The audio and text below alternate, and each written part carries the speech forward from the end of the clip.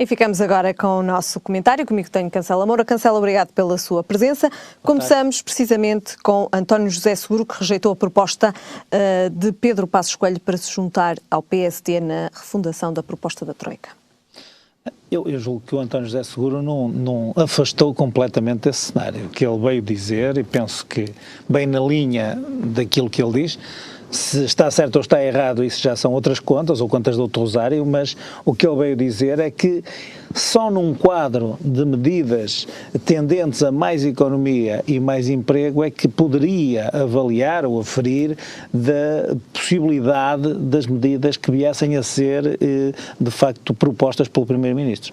Esta história da refundação, anda-se a discutir há 3 ou 4 dias o significado de uma palavra, e eu sinceramente acho que as pessoas perdem tempo demais com isto. Eu penso que aquilo que resulta deste repto do Primeiro-Ministro tem a ver com a quinta avaliação do memorando.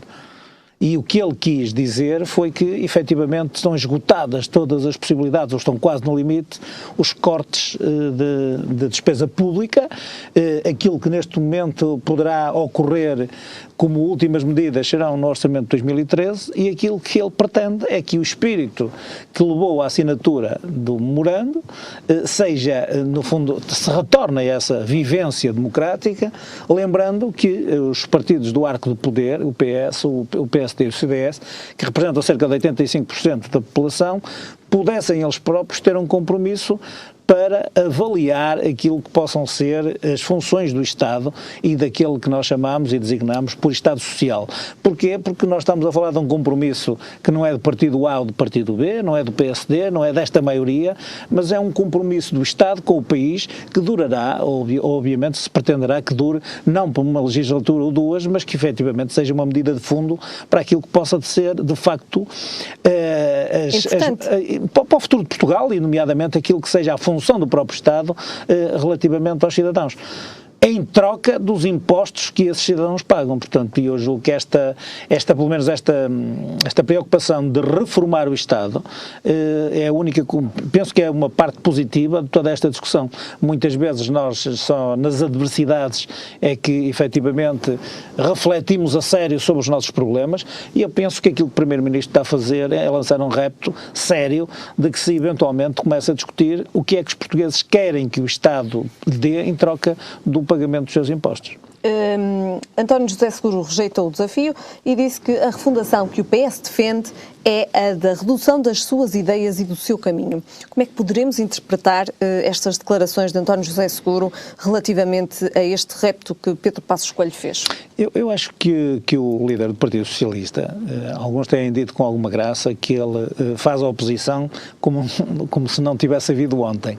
E aquilo que eu às vezes de facto não consigo perceber é que, efetivamente, o António José Seguro, independentemente de estarmos a falar da herança do governo anterior, lidera um partido, e neste momento o maior partido da oposição, que efetivamente foi o principal responsável da situação que nós estamos a viver neste momento. Aliás, eu já disse por várias vezes que são réus neste processo aqueles que neste momento não estão no governo. E, portanto, julgo que ele nos últimos dias, até para justificar esta posição de ruptura, de voto contra o Orçamento de Estado, escreveu uma carta aos militantes onde diz: nós não somos os autores, nós não somos os cúmplices desta política de austeridade, e portanto nós ou não queremos ser cúmplices desta política de austeridade. Eu diria ao contrário.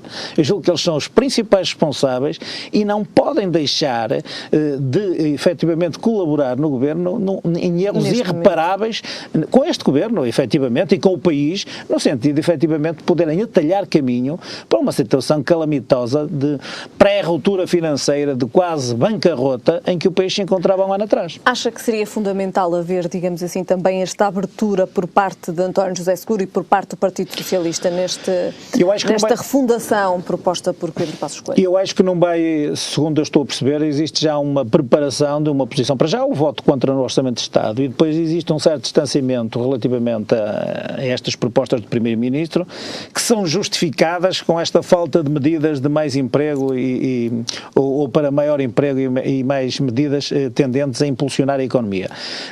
Julgo que também ele antecipou algumas alterações relativas à revisão da Constituição que efetivamente possam ter sido anunciadas ou pré-anunciadas pelo Primeiro-Ministro, que disse que em algumas circunstâncias poderiam eventualmente alguns aspectos da Constituição terem que ser revistos com esta refundação. Nós basicamente estamos a falar de cortes, por exemplo, da saúde, da educação, da segurança social, talvez também na justiça, mas que efetivamente para o ano que vem aquilo que poderá acontecer serão as últimas medidas nesse sentido, porque as pessoas por um lado não querem cortar a despesa pública, mas depois não querem que se encerre serviços públicos, e eu confesso que de facto tem que haver aqui um equilíbrio. Não se pode estar a fechar, como se fechou, maternidades, hospitais, escolas, só em nome de critérios meramente económicos, ou não se pode estar a reduzir freguesias só porque a Troika diz que existem muitas freguesias. Um orçamento é feito para as pessoas, tem que ser feito a pensar nas pessoas. Agora, eu julgo que esta dicotomia entre aquilo que os cidadãos pagam ou estão dispostos a pagar, como diz o Ministro das Finanças, sobre aquilo que eventualmente o Estado possa oferecer, entre aspas, julgo que é uma discussão muito interessante de que o Partido Socialista não se pode meter. Eu acho que esta posição do António José Seguro é uma posição um bocadinho inconsciente relativamente ao facto de até o Partido Socialista ser um partido da área do poder, que poderia ele próprio, no poder ou na oposição, ter que ter esta responsabilidade. Oposição. E António José Seguro vai mais longe e considerou ser a confissão de que a política do governo falhou. Está aqui a considerar que este pedido é um ato de contrição do governo? Não, ele tem manifestado evidência sobre a política de austeridade, sobre os erros de previsão do governo, e nesse capítulo eu julgo que ele tem alguma razão, porque de facto nós próprios temos visto o Ministro das Finanças a rever sempre de forma, eu não diria errática, mas efetivamente tem havido em termos de previsão erros que efetivamente não deveriam ter acontecido. E também já tínhamos falado sobre isto aqui, que 2013 seria, ao que tudo indicava, já um ano em que iríamos recuperar a economia e vemos agora verdade, que de facto será um ano ainda isso não será alheio, mas isso não será alheio, por exemplo, a situação da Espanha e toda a situação de toda a Europa, mas nomeadamente a Espanha, de quem nós estamos muitas vezes em termos económicos até um bocadinho mais dependentes, por causa da relação de proximidade. Aquilo que aqui está em causa, e acho que António José Seguro terá que rever, até porque provavelmente o Primeiro-Ministro, mesmo lançando este repto, ainda não deu os contornos em que eventualmente esta discussão deva ser feita. Aquilo que aqui está em causa é uma redução da despesa do Estado de 4 mil milhões de euros até 2014. E aquilo que o Primeiro-Ministro refere diz respeito, naturalmente, a uma forma de encontrarmos estes 4 mil milhões de euros até 2014 sem ser necessário aplicar medidas extraordinárias, que foi isto que tem ainda a acontecer neste último ano e meio, com estas sucessivas medidas de cortes, por exemplo, dos subsídios de férias, dos subsídios de Natal, das pensões dos reformados, e significa que, efetivamente, todos os partidos têm a responsabilidade, e o Primeiro-Ministro, isso também julgo que evidenciou muito bem, disse que era importante o António José Seguro, se não está com este espírito de colaboração ou de refundação, deste espírito de vivência da assinatura do memorando, que diga isso claramente ao país, porque no fundo também é um bocadinho demagogo estar-se a dizer que é preciso o Estado cortar as gorduras e, por outro lado, efetivamente não se querer estudar outras alternativas a esses cortes no aparelho de Estado. Só para terminarmos também este tema, o líder parlamentar do Bloco de Esquerda, Luís Fazenda, acusou o Primeiro-Ministro de já estar a negociar com Bruxelas um segundo resgate e de mudar a política orçamental devido à bancarrota do seu plano. Olha, declarações preferidas hoje na Assembleia da República no debate do Orçamento de Estado. No debate do Orçamento de Estado. Eu tive a oportunidade de ver um flash de resposta a essa interpelação do Luís Fazenda, e o Primeiro-Ministro disse que seria absolutamente absurdo efetivamente estar a negociar um segundo pedido de resgate ou a preparar esse segundo pedido de resgate quando ele próprio estava empenhadíssimo em aprovar um orçamento que efetivamente retirasse o país desta situação extraordinária de poder solver as suas responsabilidades dentro do plano previsto. E isto vai dar, ou vai, no fundo, desembocar sempre naquela história de mais tempo e mais juros que teríamos que pagar. Portanto, aquilo que o Primeiro-Ministro tem vindo a defender é que nós rapidamente deveríamos cumprir o calendário com a Troika, no sentido de que nos fosse permitido entrar nos mercados com relativa celeridade ou cumprindo o calendário com que assinamos a Troika e não termos mais encargos. A partir do momento que haja, de facto, uma derrapagem desse calendário, significará mais encargos para o Estado. Eu julgo que aqui deveríamos equiparar esta situação como os leasings que nós próprios contraímos na nossa vida privada. Eu julgo que o Primeiro-Ministro, a seu tempo, porque estas situações têm limites, toda a gente sabe que a austeridade está no seu limite, os cortes do Estado estão no seu limite e nós poderemos, segundo se está a perceber, que não haja mais caminho para andar desta maneira. E sendo assim, teremos que encontrar um equilíbrio. E num leasing, aquilo que muitas vezes nós fazemos é escolher o lapso de tempo que queremos para poder pagar as nossas responsabilidades. Não sei até que ponto é que, em determinada altura, não será preferível o Governo, com um pouco mais de encargos, dizer nós não queremos pagar durante X tempo, queremos alargar o prazo. Mais N tempo para poder solver as nossas responsabilidades, caso isso venha a ser benéfico, porque de facto também concordo que quanto mais rapidamente sairmos desta situação de fiscalização internacional das nossas contas públicas, melhor. Significaria que as leis do mercado é que funcionariam e nos permitiríamos, no fundo, se tivéssemos precisado de dinheiro, ir pedi-lo de modo próprio aos mercados internacionais. Até porque há aqui indicadores que, apesar de tudo, não são negativos, de que, por exemplo, os juros da nossa dívida pública, neste momento, desceram a níveis muito abaixo daquilo que aconteceu quando nós contraímos o empréstimo ou assinámos um memorando com a FMI. Muito bem.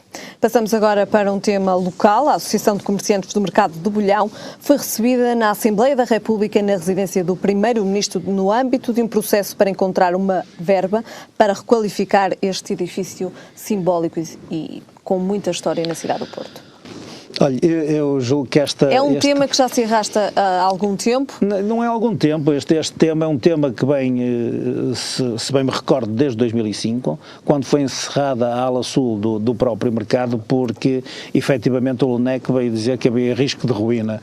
E desde então... Não, foi a Faculdade de Engenharia do Porto que veio contrariar um estudo do LNEC. Sim, mas ele esteve encerrada, a própria ala sul do mercado esteve encerrada durante algum tempo e significa que a partir daí eu julgo que tem andado em bolandas este processo.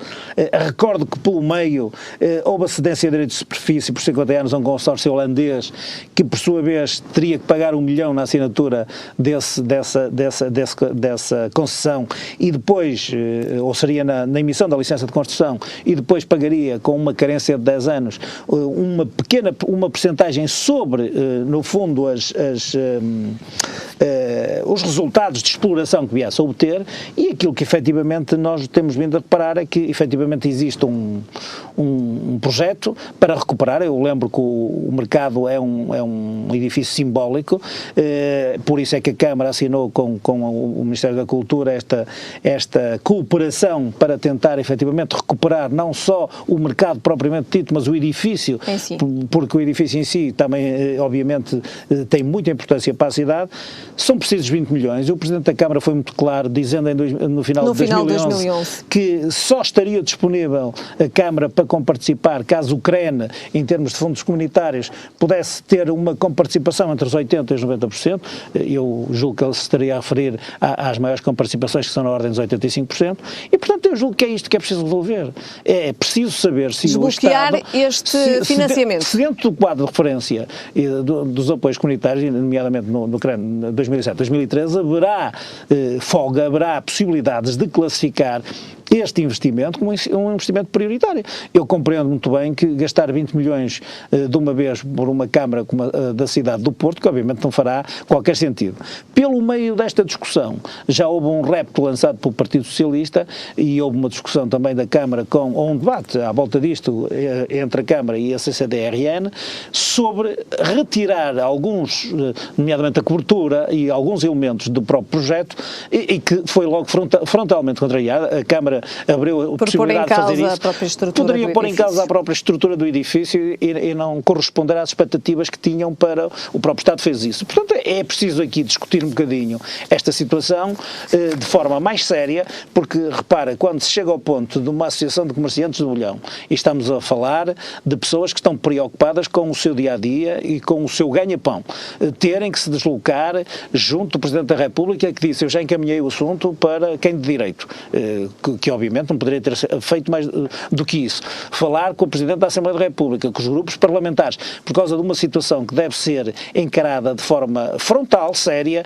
e dizer se nós não temos este projeto como prioritário, ou este projeto é prioritário, como diz a Câmara, desde que haja abertura do CREN para financiar na respectiva percentagem. Muito bem, Cancela Moura. Terminamos então com o tema do mercado do Bolhão. Esperemos que esta situação seja desbloqueada.